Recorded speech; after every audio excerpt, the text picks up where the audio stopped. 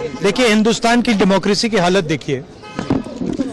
300 MPs election commission से मिलना चाहते हैं और कहते हैं कि हम डेलीगेशन लेके आएंगे, हम आपको एक डॉक्यूमेंट देना चाहते हैं। इलेक्शन कमीशन कहता है नहीं, 300 एमपीज नहीं आ सकते हैं।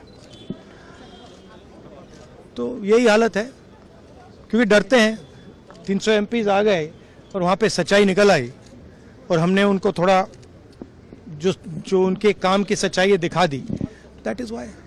लेकिन आपको लगता है कि सर आप ये जो लड़ाई है, मैं थोड़ा क्लियरली बोलना चाहता हूँ। देखिए, अब ये राजनीतिक लड़ाई से आगे निकल गई है, ठीक है।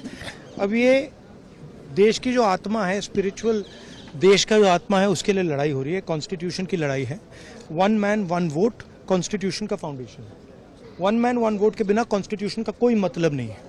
और हमने क्लियरली दिखाया है कर्नाटक में कि 1 मैन 1 वोट नहीं है। Multiple man multiple vote, 1 man multiple vote, सारा कुछ चल रहा है, ठीक है। तो ये अब लड़ाई पूरी की पूरी ऑपोजिशन लड़ रही है और हिंदुस्तान के जो युवा हैं उनको ये बात समझ आ गई है। तो अब इलेक्शन कमीशन को छुपना काफी मुश्किल हो जाएगा। वो आपको कहता है कि आप नोटिस का जवाब आपने एफिडेविट। अरे भाई, उन्हीं का डेटा है, वो अपने वेबसाइट से वही डेटा निकाल दें। मेरा डेटा थोड़ी है कि मैं साइन करूं, उनका डेटा है। आप उठाइए अपना डेटा, हमने आपको ही दिया है, आप उसको अपने वेबसाइट में लगा दीजिए, पता लग जाएगा आपको। मतलब डिस्ट्रैक्ट करने का काम है, ठीक है। और एक और बात, आप ये मत सोचिए कि सिर्फ बेंगलोर में हुआ है।